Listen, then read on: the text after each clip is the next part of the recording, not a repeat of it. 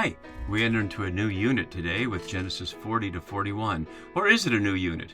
As you can see on the right side of the screen, as we were looking at in previous videos, we noted the connection between the three previous chapters, Genesis 37, 38, and 39, around the question of garments. Joseph's garment in chapter 37, which his brothers used to deceive their father, and in 39, the garment used for deception by Potiphar's wife, and then in the middle, Tamar's garment used for deception against Judah. So you saw how those three chapters all fit together. Again, some scholars who would see chapter 38 as an insertion from elsewhere because it's not about Joseph. But we can also see these three chapters, 39, 40, and 41, as their own triptych, as you can see here, connecting around the three common elements of being in the presence of the officer of the guard, or it's often translated the captain of the guard, which is to say, in the inner sanctum of the royal Egyptian court. And we're going to see more of that, as Joseph finds himself in custody and trying to find his way out of custody. And by the time it's over, he'll be the right-hand man to Pharaoh, riding in his chariot and wearing his signet ring and having an Egyptian wife from a priestly father, and basically being an Egyptian. So what we need to look at here is why it is that so many scholars seem to have favorable understandings of the character of Joseph in these chapters, seeing him as beholden to God for his interpretations and providing insights and being confident in what he's doing. But we have to look at the bigger picture here against those who would see Joseph as somehow a good guy. We saw in the beginning in chapter 37 his dreams of everybody bowing down to him, whether that's the sun, the moon, the stars, or the sheaves that represent his brothers. And we're going to know that after these chapters, his brothers are going to simply see him as they see Pharaoh, as an anonymous person they will simply call the man, who will control access to food, and he'll do that with deception and lies and the power of Egypt to do that. And in the end, he will lead his family out of the land of Yahweh's promise that he gave to Abraham, Isaac, and Jacob, and into Egypt, where they will become prisoners for slaves for 400 years if we follow the simple narrative logic of Genesis through Egypt. So it's Joseph who does all that, who lures his family there. So why is it that so many scholars want to have a positive view of Joseph? Perhaps it's because they fall for what's one of the oldest cons in any book, which is to claim that God's on your side and act like it's true just because you said so. And as we know, I can claim that my words are divinely inspired, and you can claim that your words are too, but that doesn't make them so. The only way to find out, Genesis is saying, is one of two things. To look at the big picture, starting in Genesis 1 and understanding both the character of God and the character of humanity, and to see the struggles they've gone through all the way through, and then also to see the narrative context of the particular story we're in here, as I've been trying to look at throughout, so we can see not just the character of Joseph in this immediate scene, but as I was just suggesting in these opening comments, how we see him in the whole story. So that will come up as we go. And certainly our sympathies are going to be for Joseph. He's in prison. And so far, he's been an innocent victim of the hatred and fear and greed, etc., of others, starting with the jealousy of his brothers and then Mrs. Potiphar, who wanted him as her sexual partner. And so we certainly have sympathy for him. But the context in this foreign court is going to shape him. And one of the great questions is, what audience is this for? As I've been saying throughout the Genesis series, most scholars would now agree that most of Genesis, certainly the primeval history and everything up through the Jacob story, is written either from the time of exile or after exile under Persian control, raising the question of the relationship with the Persian reign, as you see the opposite story in Ezra and Nehemiah, where the law of our God and the law of the king are equated.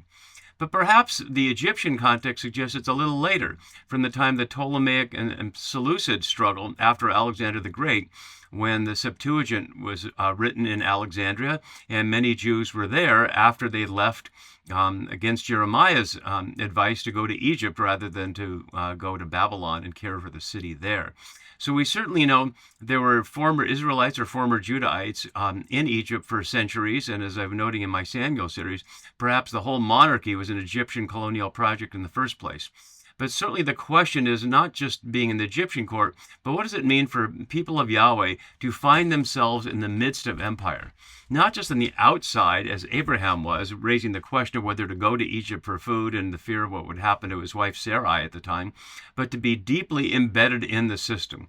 And as we'll see, there's a great contrast in chapter 41 with Daniel 2. And as Matthew Ringy, a relatively local scholar to me from Gonzaga over in Spokane, just across the mountains from where I am in the Seattle area, has noted, the portrayal of Daniel 2 is perhaps a rewriting of Joseph to present a more radical response to the presence of empire than we see in the Genesis story.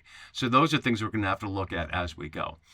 In addition to the fact that we see these three stories connected, as you see there on the right side of the screen, these two chapters contain a huge series of rare words. And you can see, I won't go over these all now, we'll see them as we go. But all these words are either only one other time in Genesis outside of our scene or in our immediate scene, and some only here in the whole Bible. And some of that has to do with the Egyptian context. We'll see some words that have to do with specifically Egyptian things, like you can see on the right column here, signet ring and gold chain and things like that. But there's also the fact that we're inside this royal place, and we're in a whole different world than we've seen with Abraham and Sarah and Isaac and Rebekah and Jacob and Leah and Rachel and their children out there in the tented world outside, not in the midst of the royal empire here. So this language will be unique to our situation. That leads some scholars to go to the question of sources, and it may be a question of sources, but it's also a question of a different narrative context and cultural context of our immediate story.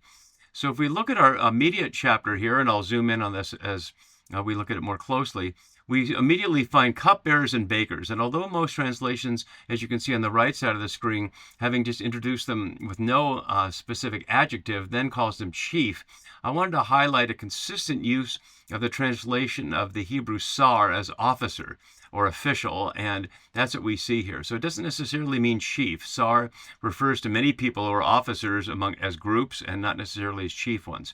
So that's why I've consistently translated as cupbearer officer or baker officer, that we'll see is also consistent with the officer of the guard, as we'll see otherwise translated as captain of the guard. And so captain and chief are the same word in Hebrew, sar. And so we see it introduces this here, and it ends similarly with the cupbearer on the end. It's not exactly a chiasm, though, because the three inner paragraphs, you can see this one here, which might otherwise be a B part of a chiasm, is about the cupbearer and baker in general having a dream, whereas the third paragraph is about the cupbearer's dream, and the fourth paragraph is about the baker's dream. So it's not exactly a chiasm, but the beginning and the end fit there together. And we see that one of the key words throughout, besides the people and their roles, is interpretation. And there's both a noun and a verb, and they're slightly different, but I color-coded them in the same way to highlight the verb and the noun. Just like dream a dream is a verb and a noun, and they're related but not exactly the same. And the Norse always covers those up. So you can see, for example, on the left side of the screen, one night they both dreamed, as opposed to one night they dreamed a dream. And so we'll see the dream and the interpretation are the key words throughout. And one of the theological things we're going to have to look at, as I was noting at the beginning, is just because Joseph will say that this is from God doesn't mean it's so. We'll have to discern that from other angles and other evidence. But one of the things we'll note is that Joseph never is said to be in direct relationship with Yahweh or Elohim. He will cite Elohim, and we saw the narrator told us that Yahweh was with Joseph, both when his brothers mistreated him and when Mrs. Potiphar was trying to abuse him. And that's almost certainly because Yahweh is on the side of the victims and the sufferers, and that's who Joseph's been. But as with David in my Samuel series, just because we have sympathy for him when Goliath is after him and he's the younger brother, and we feel bad when his older brothers are jealous, just like with Joseph, when he rises to power, are we to have the same sympathy for him? Or do we note that his rise to power has made him the oppressor rather than the victim? In other words, the cycle of violence continues rather than being broken, which is Genesis's goal, is to not be involved with cities and their violence altogether by forming communities apart from that. So that's the immediate element of our scene, and what we note, of course, holds these chapters together are dreams. And we saw Joseph's dreams in chapter 37, and we'll see Pharaoh's cupbearer and baker have dreams here. And the next chapter, we'll see Pharaoh's dreams of fat and skinny cows, as well as fat and skinny ears of corn. I didn't list that one there, but that follows right after that there. So we'll see the role of dreams. We saw dreams earlier, and there was no question earlier about interpreting dreams. When God warned Abimelech about Sarah, it was in plain language. And Jacob dreamt of this ramp, sometimes called a ladder, between earth and sky. But he doesn't need anybody to interpret it from him. He calls this as God's place. And we know that, God's camp. And it's called Bethel, or house of God. And then he reported a dream about sheep to Laban, and nobody needed to interpret that. And Laban didn't need a translation when God warned him not to speak good or ill to Jacob.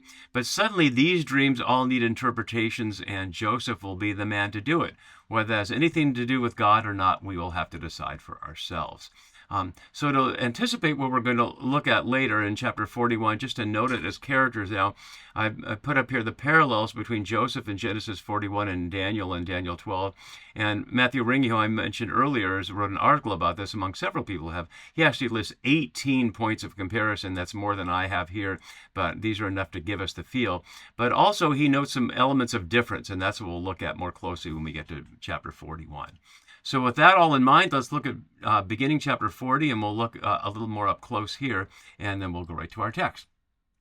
So we note here, my note below, immediately connecting the first two verses, where the narrator tells us sometime after this, the cupbearer of the king of Egypt and his baker offended their lord, the king of Egypt. And then we hear Pharaoh was angry with his two officers, the cupbearer officer and the baker officer. As my note below has, verse 1 gives a more generic description, and verse 2 the more specific. But neither give the reason for the offense or anger. It is irrelevant to the purpose, which is to get the officials within Joseph's ambit. And as my note below has, verse 1 to 4 is part of the unit that started at 39:21, and we saw that a little bit last time. But 39:21 to 23 also ended the last chapter nicely as well. So it's just the way that the authors here have woven these different stories together in a really tight fabric. So we start with this vague phrase sometime after this, and as Westerman knows the literal meaning of it, and it was another word. He says, quote, its function is always to insert a single event into a broader context. And that's what we're seeing here, that the event of these dreams and their interpretation is within the broader context of Joseph in Egypt. And we have to recognize he's in prison this time. If we go back a couple of verses, we see that he's been hired basically by the chief jailer to do what he was doing for Potiphar, which is to take care of everything in his care. And so Joseph's down there in the prison, which is described as that the jailer's house is inside the larger structure of the prison house. We don't know exactly what that looks like, but Joseph is deep within that system for some unspecific time. And we'll see as we get to chapter 41, after he's forgotten by the cupbearer, he will be there 2 more years. So I just want to highlight what many scholars and interpreters seem to jump over, is that Joseph is being formed by a time in the Egyptian prison, which he called earlier the pit, parallel to what his brothers threw him in out there on the road, which certainly was simply a pit, a well, or something like that. But now it's the prison pit. So now we meet these characters. And notice the person he works for is called the king of Egypt in verse 1, but Pharaoh after this. And Pharaoh throughout. Pharaoh, Pharaoh, Pharaoh, Pharaoh, Pharaoh. And he never has a name. Pharaoh in Genesis never has a name, nor does Pharaoh in Exodus have a name. The pharaohs in the monarchy story do have names linking it to specific historical moments. But these pharaohs are just office holders. And the word pharaoh from the Egyptian simply means great house. So it would be something like calling the President of the United States the White House. And we hear that often in speeches, the White House said today. And we don't necessarily mean the president personally, we mean the entire office. But here it is referring to the actual person. But he's the office holder, not an actual person with a name. And the first thing we'll hear about him is he's angry. So before we get there, he's described as king of Egypt, and we see that again here in 45 and one other time. It's a frequent title in Exodus, but it's also in 1 Kings a number of times, as you can see below. And the New RSV translates as offended here, hatat, or hata'u in this form, which literally means sinned. And certainly the translators were hiding the offensive notion to them that people could sin against the king of Egypt or against Pharaoh. But the authors used that word for a reason. And it's not about offending a god in that sense. The word hatat means to miss the mark. It's an archery term. And so in that sense, it's not necessarily theological. It's what they did was off the mark for what their lord, the king of Egypt, wants them to do. And he's described as their lord in the very next part of the phrase here. But we don't know what it is. And as a number of scholars noted, these are minor characters in the sense that they're there just simply to serve the story about Joseph. But I want to pay attention to them, much like we pay attention to the women who are often anonymous and others that male interpreters jumped over, because they're telling us something important. The cupbearer in this case, a mashke in Hebrew, corresponds to the Egyptian unpronounceable there, the WB with the mark. But it's only Nehemiah 1:11 is the only other cupbearer in the Bible. And so let's look at that one to give it some context, because Nehemiah is the first person narrator of the book of Nehemiah. And he says, at that time, I was cupbearer to the king. I carried the wine and gave it to the king. And after this, the king tells him to go back and become the governor of the colonial province of Yehud. And so that's what he will do. And as Honrighausen notes below from Xenophon's Cyropedia, which is summarizing a story about King Cyrus of Persia, which is exactly what's at issue there in Ezra and Nehemiah, and the Cyropedia claims, quote, the future ruler served as cupbearer for his grandfather, King Astyages. Here the cupbearer bears another crucial duty. He controls access to the king, giving him a great deal of power in the court. And as Honrighausen continues, even if Xenophon's description of the young life of Cyrus is of dubious historicity, his depiction of the prestige of the position and some of its duties is reflected in Akkadian, Egyptian, and Assyrian sources. So it's certainly the case against some older scholars, they see the cupbearer as a glorified waiter, that this is in itself a position that's the right-hand man to the king. It's someone the king trusts to give him his cup and not poison him, as well as to be right face-to-face to him to hear any conversations he might want to share, as we saw with Nehemiah, or to be designated as his representative in the colonies, as we saw again in Nehemiah. So the cupbearer is no mere waiter here.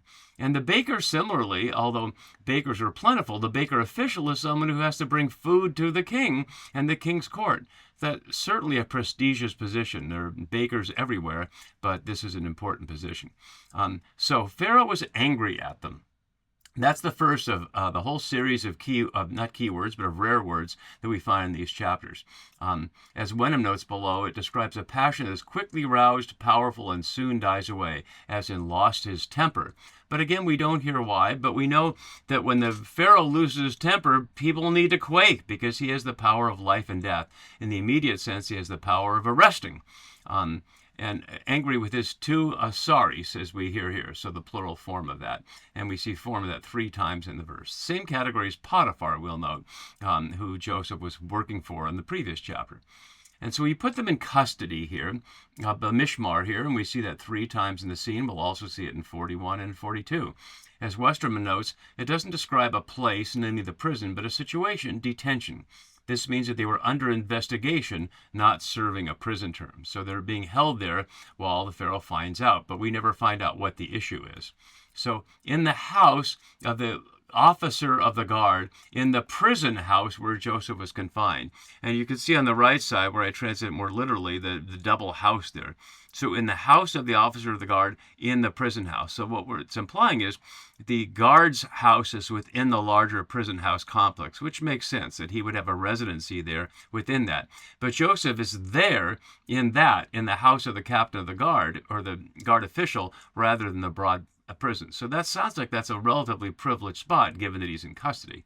And the guard official charged Joseph, and we see that's another couple of times, as we saw in 39. I didn't list that as a rare word because it's more than twice, but it's not that common.